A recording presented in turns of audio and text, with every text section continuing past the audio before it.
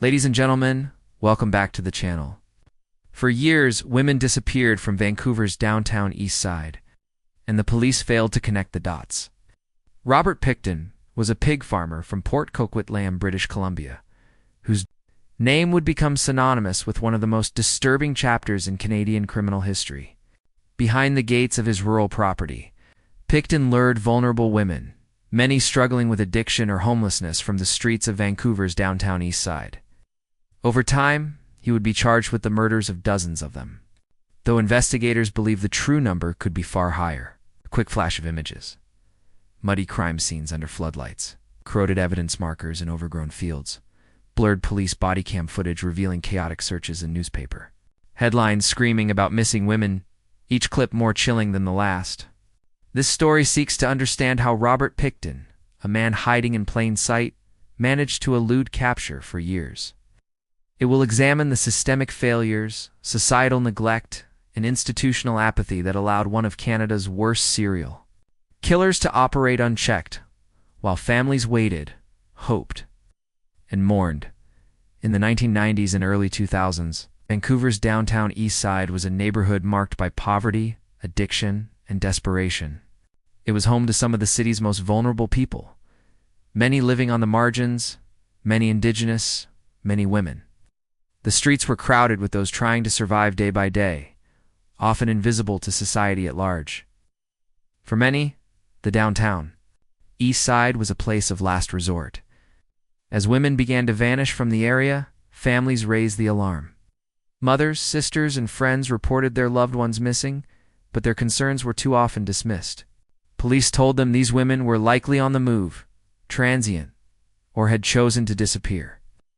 There was no urgency, no serious investigation. These were women seen as troubled, not missing an attitude that cost lives. Over time, the numbers grew. Dozens of women disappeared under eerily similar circumstances, and patterns began to emerge. Most of them were sex workers. Many battled addiction. They came from the same streets, the same shelters, the same community, but no meaningful action followed. Authorities failed to connect the dots, and the disappearances were treated as isolated incidents rather than the work of a predator. Some of the earliest victims included women like Georgina Papin, Brenda Wolfe, and Mona Wilson, each with their own histories, each with families who searched and grieved. They were more than statistics. They were daughters, mothers, sisters, and friends. Their stories, largely ignored at the time, would later become central to a national reckoning with justice. Policing, and whose lives are deemed worth protecting.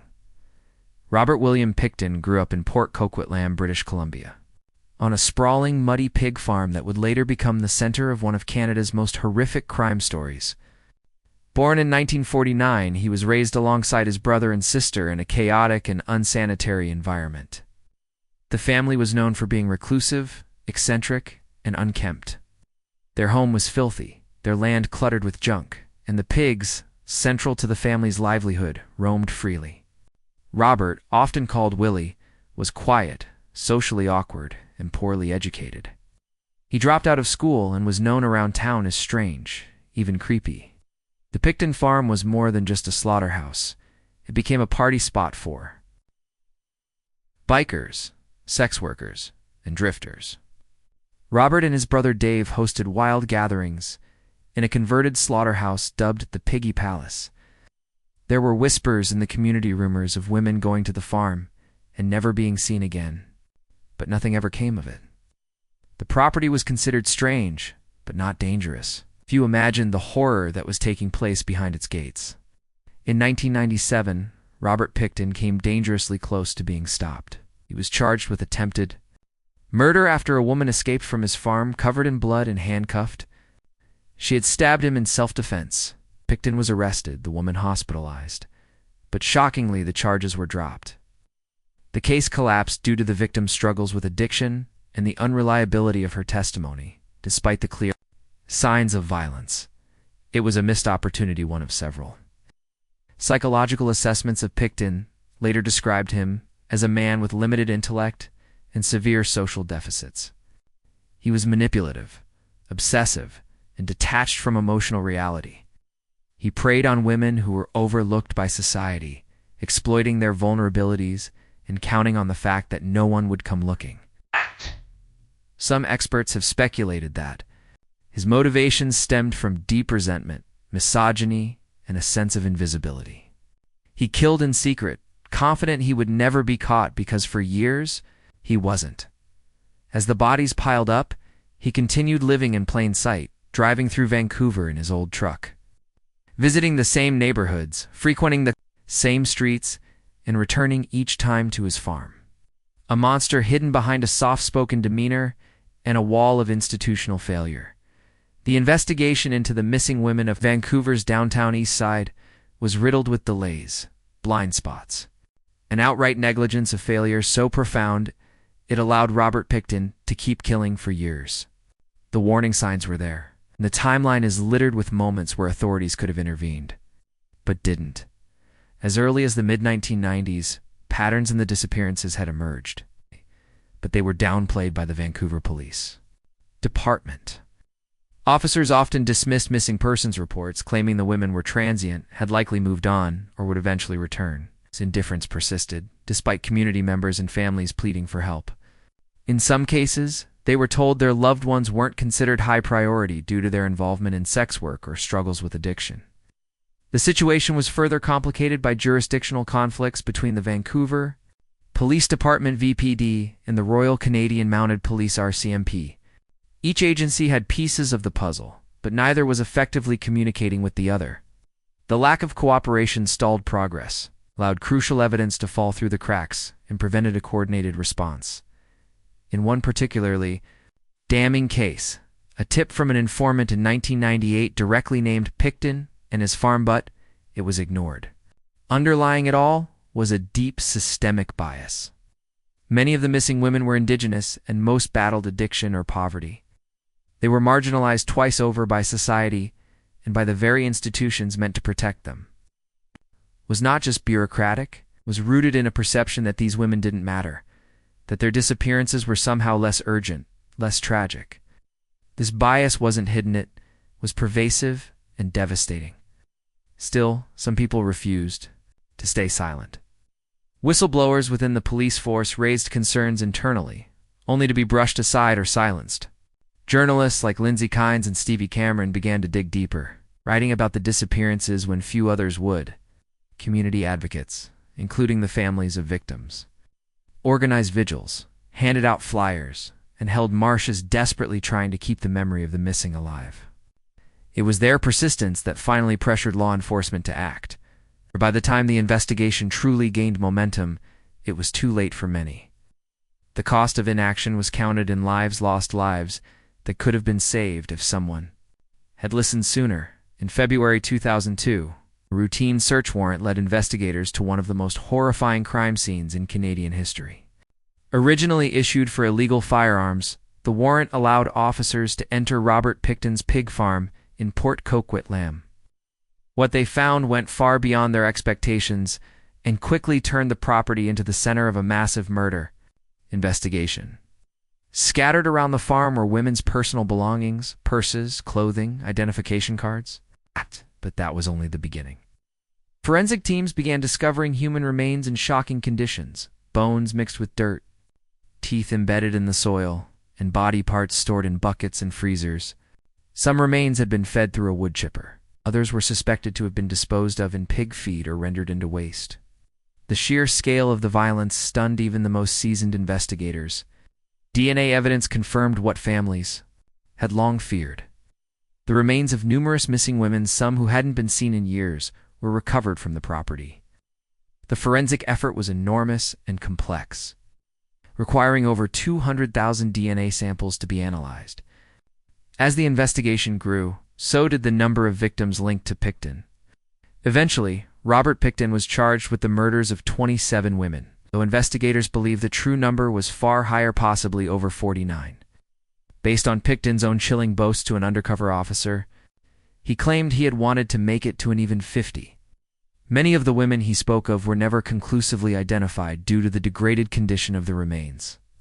Despite the volume of evidence, the Crown decided to proceed to trial on only 6 of the murder charges citing concerns about the length and complexity of trying all 27 at once. It was a controversial decision, but prosecutors believed it would lead to a faster conviction. In 2007, Pickton was found guilty on 6 counts of second-degree murder and sentenced to life in prison with no possibility of parole for 25 years. The maximum penalty under Canadian law, the trial brought devastating details to light. Witnesses recounted seeing women go with Pickton and never return. The trial of Robert Pickton began in January 2007, nearly 5 years after his arrest. It would become one of the most complex and high-profile criminal cases in Canadian history. Held in New Westminster, the courtroom was tightly secured, packed, with families of victims, reporters, and legal teams bracing for a flood of disturbing evidence. Central to the Crown's case was a massive trove of forensic evidence recovered from the Pickton farm. Items belonging to missing women such as ID cards, clothing, and jewelry were found throughout the property, many stained with blood or showing traces of DNA. Human remains, including skulls, jawbones, and partial skeletons, were matched to 6 of the women Pickton was charged with murdering. The prosecution painted a picture of methodical, sustained brutality carried out over years. But perhaps the most chilling evidence came from Pickton himself. While in pretrial custody, he spoke openly to an undercover police officer planted in his cell. Believing the man to be a fellow inmate, Pickton bragged about his crimes with disturbing calm. On tape, he claimed to have killed 49 women and said he had been sloppy and caught because he got lazy. He even expressed disappointment that he hadn't reached his goal of 50 victims. The audio was played in court trial, disturbing and impossible to ignore. The defense, meanwhile, argued that Pickton wasn't solely responsible, suggesting that others may have been involved or that the evidence was circumstantial. What? The mountain of DNA, testimony from former associates, and Pickton's own recorded words were overwhelming. On December 9, 2007, the jury found Robert Pickton guilty on 6 counts of second-degree murder. He received the maximum sentence under Canadian law, life in prison, with no possibility of parole for 25 years. Though some criticized the verdict for not delivering first-degree murder convictions, it ensured he would never walk free again. The public reaction was immediate and emotional. Families of the victims wept, some expressing relief, others anger that justice had come to Latour only partially. Across the country, Canadians were shocked not just by the horrors of the crimes, but by the systemic failures that allowed them to continue for so long. Media coverage was intense, with daily headlines, televised segments, and special reports that examined both the trial and the broader questions it raised. For many, the trial was not closure, but a painful confrontation with the truth, that these murders were not just the result of one man's violence, but a reflection of how society had allowed so many women to disappear without demanding answers. In the years following Robert Pickton's conviction, public outrage did not fade, it deepened. The horrors uncovered on the Pickton farm exposed far more than a serial killer's crimes. They revealed a system that had failed the most vulnerable. At every level, demands for accountability grew louder, leading to the establishment of the Missing Women Commission of Inquiry in 2010. Led by Commissioner Wally Oppel, running until 2012. The inquiry aimed to examine the role of police in the justice system. In the disappearances and murders of women from Vancouver's downtown Eastside, testimony from families, frontline workers, and former officers painted a damning portrait. Missed opportunities, dismissive attitudes, racial and gender bias, and chronic communication failures between the Vancouver Police Department and the RCMP. The inquiry concluded that police negligence and systemic bias had played a significant role in allowing Pickton to continue his crimes unchecked. Despite its findings, the inquiry faced heavy criticism, particularly from advocacy groups and Indigenous organizations. Many families and community members felt excluded or silenced during the process. Some called it a whitewashed bureaucratic response to a human catastrophe. The final report made over 60 recommendations, including reforms in policing, missing persons procedures, and better protections for marginalized women, but implementation has been uneven. Several class action lawsuits followed, filed by the families of victims. They alleged that the authorities had failed in their duty to protect the women and that this failure directly contributed to the deaths. While some settlements were eventually reached, many families continued to feel that no amount of compensation could make up for the years of being ignored. Indigenous communities, in particular, have kept this issue in national focus. A large number of Pickton's victims were Indigenous women, reflecting a broader pattern of violence and neglect that persists across Canada. Their disappearances were not isolated tragedies, but part of a much wider crisis. The Pickton case helped catalyze the national conversation that would later lead to the 2019 final report of the National Inquiry into Missing and Murdered Indigenous Women and Girls, which called the ongoing violence a form of genocide. The aftermath of the Pickton case has become a symbol not just of evil, but of societal failure. It remains a grim reminder of what happens when lives are devalued, when voices are ignored, and when institutions fail to protect those who need it most. The legacy of the case is still being written, not only in courtrooms and inquiries, but in the continuing fight for justice, reform, and recognition. The Robert Pickton case left an indelible mark on Canada, its justice system, its policing, institutions, and its collective conscience. In the aftermath, there was a widespread recognition that fundamental change was needed, particularly in how law enforcement responds to missing persons cases, especially when the victims are women. From marginalized communities, policing in Canada has since undergone some reforms, though progress has been uneven. Police departments, including the Vancouver Police Department and the RCMP, introduced new policies to better track and respond to missing persons reports. Dedicated missing persons units were created, with protocols aimed at faster response times and more consistent follow-up. Some agencies now work more closely with social services and community organizations, recognizing that effective policing requires understanding the lives and needs of vulnerable populations. Still, calls for deeper systemic reform continue. Advocates argue that bias, racial, gendered, and class-based remains embedded in the system.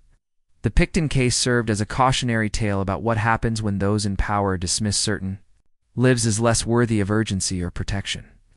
It also highlighted the need for culturally sensitive policing, especially in cases involving Indigenous women, who remain disproportionately affected by violence and disappearance in Canada. Memorials now stand in honor of the women who were lost.